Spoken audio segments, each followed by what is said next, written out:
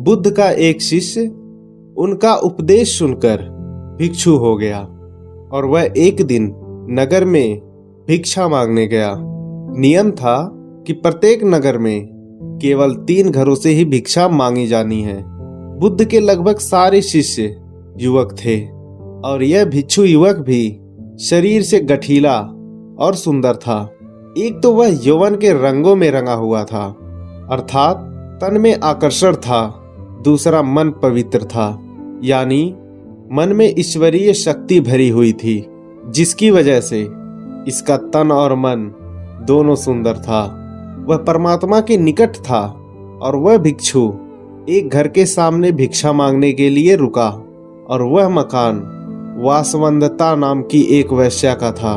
वह भिक्षु की आवाज सुनकर तुरंत बाहर आई और द्वार पर देखा कि एक सुंदर नौजवान जिसका शरीर गठा हुआ है और उसका मुख एक अलौकिक आभा से युक्त है, उसको देखकर ऐसा लग रहा था कि वह भिक्षु युवक शांति और आनंद में डूबा हुआ है।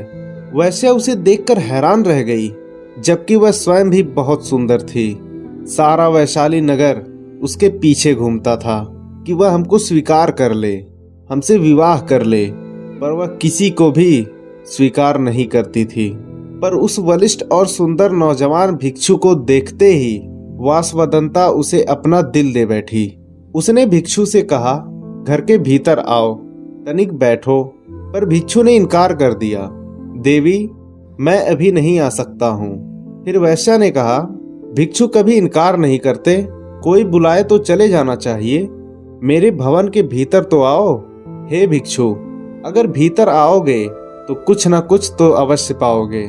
फिर भिक्षु ने कहा, अगर कुछ देना है तो द्वार पर ही दे दो। पर उस वेश्या का दिल और दिमाग उस भिक्षु के आकर्षण में बिल्कुल डूब चुका था। उसको कुछ सुनाई नहीं पड़ रहा था। वह भिक्षु कुछ क्षण रुककर आगे की ओर बढ़ गया। दासी ने आकर कहा, अब द्वार पर कोई नहीं है, भीतर चलो। फिर वासवदंता अचानक चौंक सी गई। वह बहुत दुखी और पीड़ित हुई। जब स्त्री के प्रणय निवेदन को कोई पुरुष ठुकरा देता है तो उसकी हालत बड़ी खराब हो जाती है। वासवदंता ने अपने जीवन में एक ही बार एक ही पुरुष के प्रति लगाव रखा था। उसने भी इनकार कर दिया। दिल टूट गया। उसने नृत्य बंद कर दिया, गाना बंद कर दिया। जो दिन भर मुस्कुराती थी, लोगों का मनोरंजन करती थी, वह सुंदरी वासवदंता बिल्कुल मौन हो गई और उसके भवन का द्वार सबके लिए बंद हो गया। वह किसी से भी नहीं मिलती थी। कई धनवान लोगों के निमंत्रण आते थे, आओ हमारे उत्सव में खुशियां बिखेर दो, किंतु वह इनकार कर देती थी। एकांत को ही उसने अपने जीवन का साथी बना लिया। दासी अच्छा अच्छा भोजन बनाती थी, पर उसकी भूख और प्यास ऐसा लग रहा था वह भिक्षु अपने साथ ही ले गया। वासवदंता को रात दिन वह भिक्षु याद आता था। वह बहुत कमजोर हो गई और बीमार रहने लगी। कहते हैं कि चिंता चिता से बड़ी होती है। चिता एक बार जलाती है और चिंता सदैव जलाती रहती है। वह कहीं आती जाती नहीं थी। एक ही स्थान पर लेटे लेटे उसके शरीर में कई जख्म हो गए। उसकी सुंदरता कुरूपता में बदल गई। अब उसे देखना कोई भी पसंद नहीं करता था। बहुत समय के बाद फिर वही भिक्षु उस नगर में पुनः आया। उसे मालूम पड़ा कि वासवदंता बहुत बीमार है, उसकी हालत बहुत खराब है। फिर वह भिक्षु उसके द्वार पर गया। दासी ने जाकर कहा कि वही भिक्षु आए हैं। फिर वासवदंता ने दासी से कहा, यहाँ पर मत आने दो। जब मैं सुंदर युवती थी, बहुत खूबसूरत थी, तब मेरा निवेदन स्वीकार न किया। अब मैं बदसूरत और बीमार हो गई हूँ।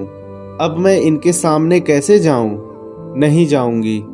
पर भिक्षु आ गए और उन्होंने कहा, हे देवी, आज तुझे मेरी जरूरत है। उस समय तुमको मेरी जरूरत नहीं थी। उस समय तेरी सुंदरता, तेरे नाच गाने से मोहित होने वाले हजारों थे, किंतु दुखी की घड़ी में सब दूर हो जाते हैं। अब तू चिंता ना कर, शर्मिंदा मत हो। मैं तेरे पास रहकर तेरी सेवा करूंगा। फिर भिक्षु ने पवित्र भाव से उसकी सेवा की। वासवदंता की वासना मिट गई। उसका विवेक जाग उठा। भिक्षु उसे बुद्ध के पास लेकर गए और उसने प्रार्थना की, मुझे दीक्षा दो प्रभु। इसके बाद बुद्ध ने उसे दीक्षा प्रदान की। बुद्ध से दीक्षा पाकर वह भिक्षुणी हो गई और अपना जीवन पतित से पावन कर लिया। दोस्तों, इस कहानी से आपको क्या सीख मिली हमें कमेंट कर जरूर बताएं और चैनल को सब्सक्राइब करना ना भूलें।